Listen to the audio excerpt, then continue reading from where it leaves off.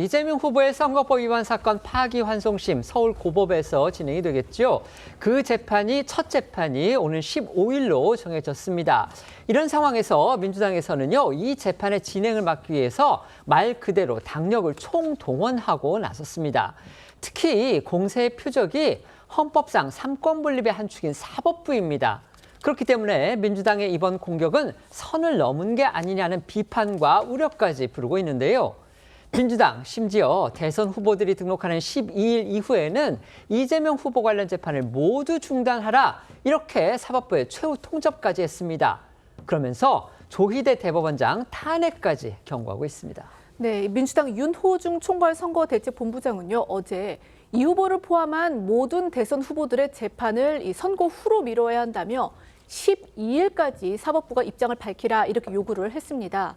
그러면서 이것이 받아들여지지 않는다면 조희대 대법원장 탄핵 소추를 포함해서 입법부가 가진 모든 권한을 동원하는 것은 물론 이를 방해한다면 입법부가 응징하겠다고까지 해서 이 엄포를 놓았는데요. 민주당은 이 재판 중지 대상이 모든 대선 후보들이라고 했지만 사실 6.3 대선 전에 재판이 예정된 후보는 사실상 이재명 후보 한 명뿐입니다. 민주당 선대는요, 오늘 또 이 사법부를 향해 탄핵을 거론하며 압박 수위를 높였습니다. 윤호중 본부장은 재차 공식 선거운동이 시작되기 전에 이 후보 재판을 모두 미뤄서 이 선거운동을 보장해달라라고 촉구를 했고요.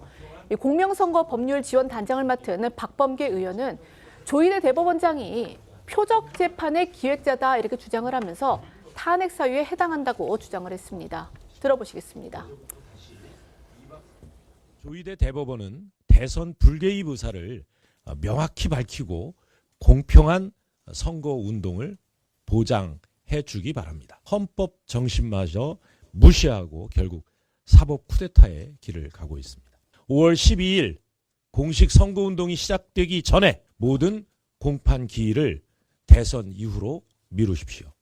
제1야당, 야당의 대통령 후보 이재명 후보를 그 자격을 박탈해서 대통령 후보 없는 그러한 대선을 치르겠다라는 의도로도 해석이 됩니다.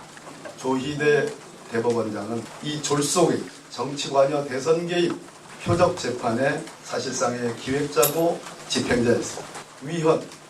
위법한 행위이므로 우리 헌법에 따른 탄핵 사유에 해당합니다. 민주당은 나름 법적 근거도 주장을 하는데요.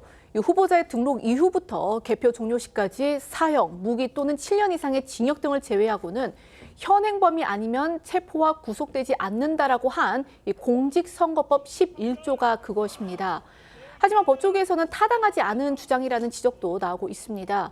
장영수 고려대 법학전문대학원 교수는요, 이 내용을 확대 해석하면 후보자 신분일 경우 어떠한 불법을 저질러도 아무 문제가 없다는 식으로 악용될 소지가 있다고 했습니다.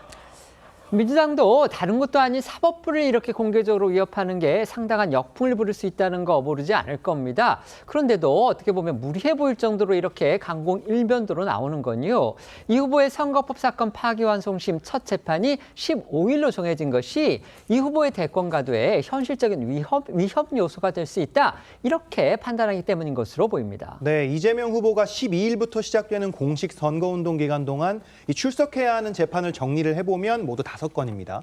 대장동 사건 재판이 13일과 27일에 열리고 20일과 선거 당일인 6월 3일엔 위증교사 사건 항소심 재판이 예정돼 있는데요.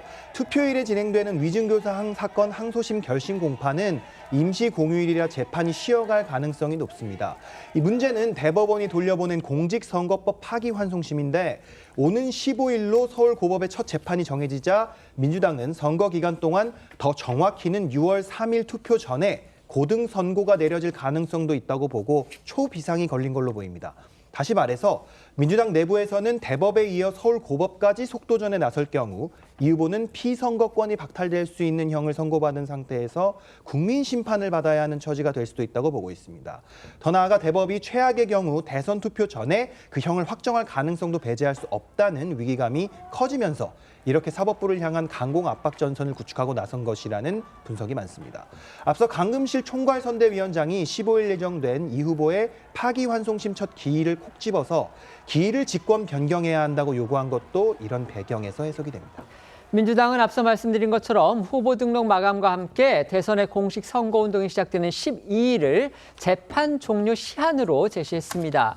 그 전까지 사법부가 재판 일정을 변경하지 않으면 입법부가 행사할 수 있는 말은 입법부라고 했지만 사실상 과반 의석을 갖고 있는 민주당이라고 봐야 되겠죠. 그러니까 정확히 말하면 민주당이 행사할 수 있는 모든 권한을 총동원하겠다. 이런 생각을 명확히 했습니다. 거기에는 당연히 조희대 대법원장의 탄핵 추진 이것도 포함되는 걸로 해석이 됩니다. 네, 민주당은 이미 지난 4일 열린 의원총회를 통해서 조희대 대법원장 등 유죄 취지 파기환송에 찬성한 대법관 10명에 대한 탄핵 필요성에 공감대를 형성하고 이 최종 결정은 당 지도부에 위임한 상태입니다.